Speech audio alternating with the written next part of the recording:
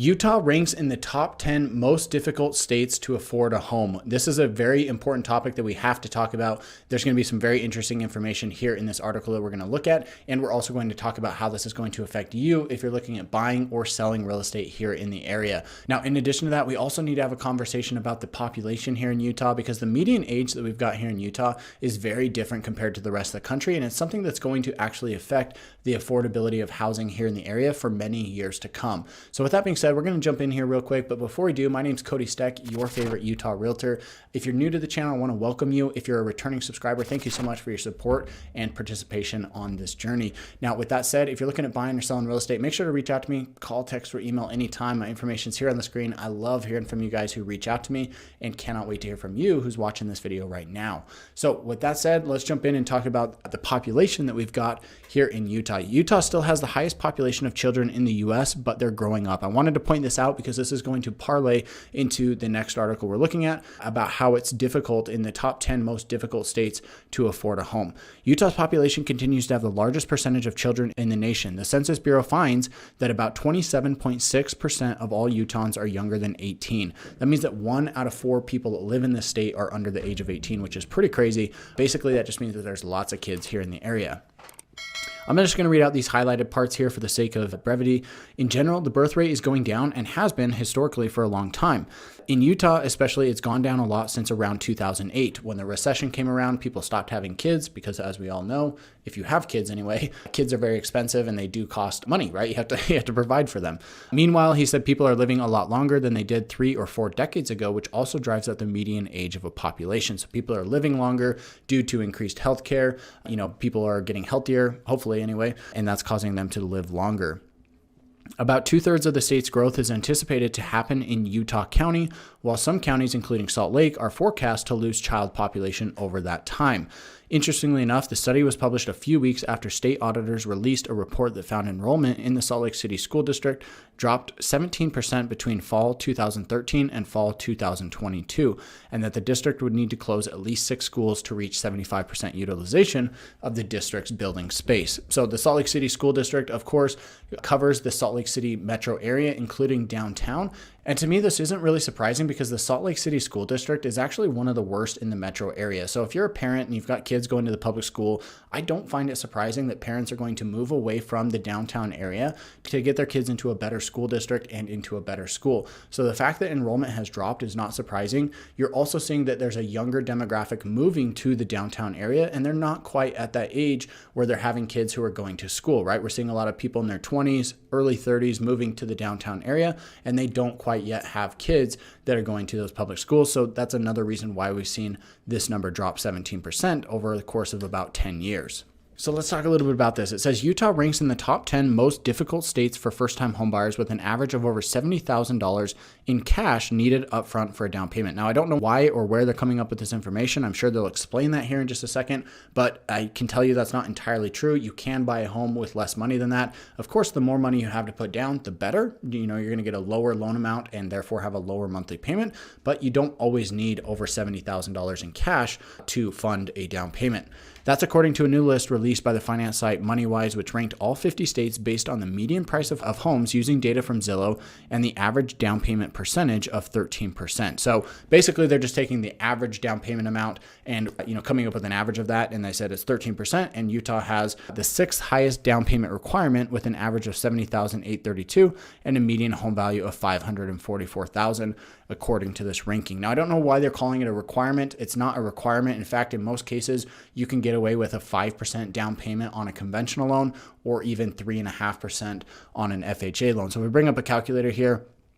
They said that the median home value is $544,000. At the very minimum, you should be able to get away with a down payment of $19,000 for an FHA loan at 3.5%. Now, this is suggesting that you can afford the mortgage payments at whatever that loan amount is, but that would be your minimum down payment requirement at $19,000. Now, there are options even to go to 0% down payment, but those get very, very expensive, so they're not generally recommended. Now, if we do a 5% down payment, you're looking at about $27,200. So again, I don't know why they're saying this is a requirement because it's absolutely not. That's kind of actually false information here. So just keep that in mind. If you're in that area where you've got less than that, you can still purchase a home. Again, if you've got more money, that's going to be even better for you.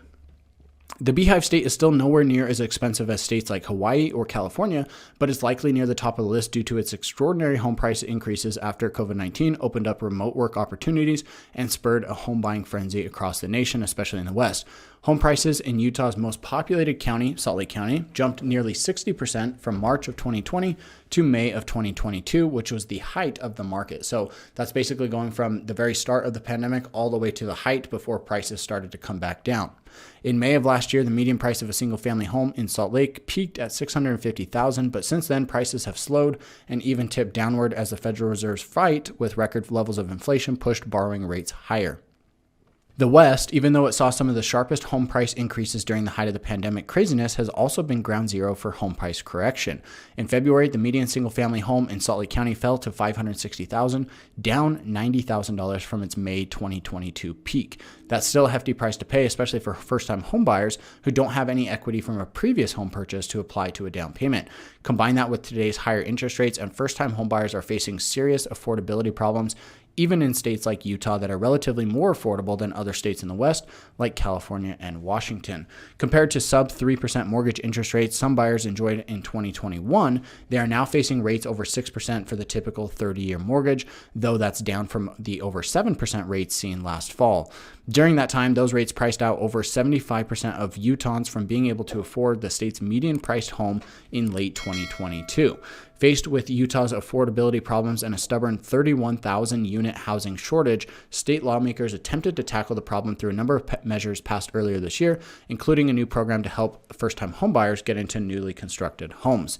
Now, this is an interesting one. I'm personally on the fence about this. Now, I do just want to add a little bit of context here and add in my opinion to this scenario. I think it's great that they're trying to help first-time homebuyers get into a home, but the fact that it's a newly constructed home, I don't always think that's the right approach. I think that honestly, maybe call me old school or something, but I think that even if you're a first-time home buyer, you should be trying to get into a home that you can afford. Whether it's a new home or an old home, it doesn't really matter. Get into a home that you can afford. That may be a 1-bedroom condo. That may be a 2-bedroom townhome. That may be a 5-bedroom single-family home. Whatever that is, if you're a first-time home buyer, just get into a home that you can afford. Don't worry about it being a newly constructed home. And personally, for me, I think that these government programs, the state lawmakers, they shouldn't be pushing people into these newly constructed homes as a first-time option, giving them special help to do that. I think that personally, they should be getting them into something they can actually afford, regardless of what type of property that is. Now, that's just my own personal opinion. Some people may differ, but that's kind of where I stand on that.